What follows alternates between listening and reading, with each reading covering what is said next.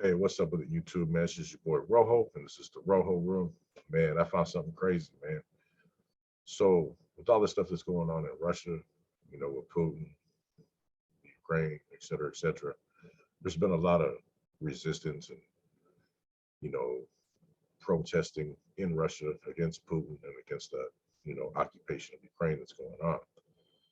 And there was a young lady who spoke out about it. And I found an article that, man, trip on this, man. Body of Russian model 23 who branded Putin a psychopath is found stashed in suitcase in a car a year after she went missing. And then her lover confessed to strangling her or something. But anyway, the corpse of a Russian model has been found stashed in a suitcase more than a year after she went missing. Greta Vedler, 23, was killed 1 month after she posted on social media calling Vladimir Putin a psychopath and forecasting his drive to enhance the integrity of Russia would end in tears. Her jealous ex-boyfriend, Dmitry Korovin, 23, has confessed more than a year later to strangling her to death after a row over money in Moscow, unrelated to her political views and analysis of Putin's mind and motives. He told interrogators that he slept in a hotel room for 3 nights with her body, which he put in a newly bought suitcase. Then he drove her body 300 miles to the Lipetsk region and left it in the boot of a car for more than a year. He kept posting pictures and messages on the model's social media to make friends believe she's still alive. A male friend called Evgeny Foster, a blogger in Kharkiv, the Ukrainian city blitzed by Russian forces, became suspicious, found a friend in Moscow to file a missing persons case, triggering a search which eventually located her body.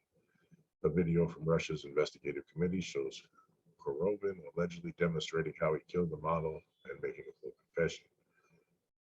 Her postings on Putin in January of 21, a month before she was murdered, are not seen as connect to her death, but are chilling in the light of subsequent events.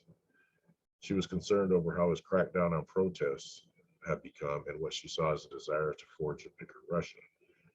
Given the fact that Putin went through a lot of humiliation in childhood, he could not stand up for himself due to his slight physical form. It is not surprising that he left after law school and joined the KGB, she wrote. Such people are timid and fearful from childhood, afraid of noise and darkness, strangers, so traits such as caution, restraint, and lack of communication are developed early in their character. I can only assume, in my opinion, a clear psychopathy or sociopathy is seen in him. She told her followers for psychopaths it is important to constantly experience a sense of fullness and sharpness of life. So they love risk, intense experiences, intense communication, intense activity, and intense and dynamic life. Maybe he really wants to enhance the integrity of Russia and sincerely wishes the good for Russians. But can he really do anything? She made it clear she gave doubts. I think you know the answer to this. Well, I mean that article is just a little something, but what I'm tripping on, man, is a lot of times people don't realize how good they have it in the U.S. You know what I mean? I seen a poll where they did a big poll in Ukraine about whether people are willing to fight for the freedom for their country, and overwhelmingly the response was yes.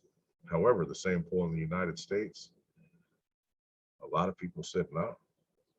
You know what I mean? The thing is, man, for so many generations, we've been, you know, let's say free, for lack of a better word, from, tyranny and things of that nature. For the most part, certain situations still develop and, there's still, individual cases of some BS that happens to all kinds of people. However, as a nation, as, a society, for the most part, that stuff is, you know, not so commonplace as it would be in other places. You can't protest in other countries. You can't argue with the police. Like it always trips me out when you see these videos where you know people are at gunpoint and they're talking about what they're not going to do. In other countries, bro, they'll kill you. Over here, oh, cops shoot too many people. Man, this ain't nothing. Man. Over there, they'll beat you to death. You know what I mean? So a lot of people just seem to take these things for granted, man. It's just something to really think about. You know, like I'd go to war for my country because I enjoy all the privileges and incentives that there are over here. and the chance at always making something better. Something to think about.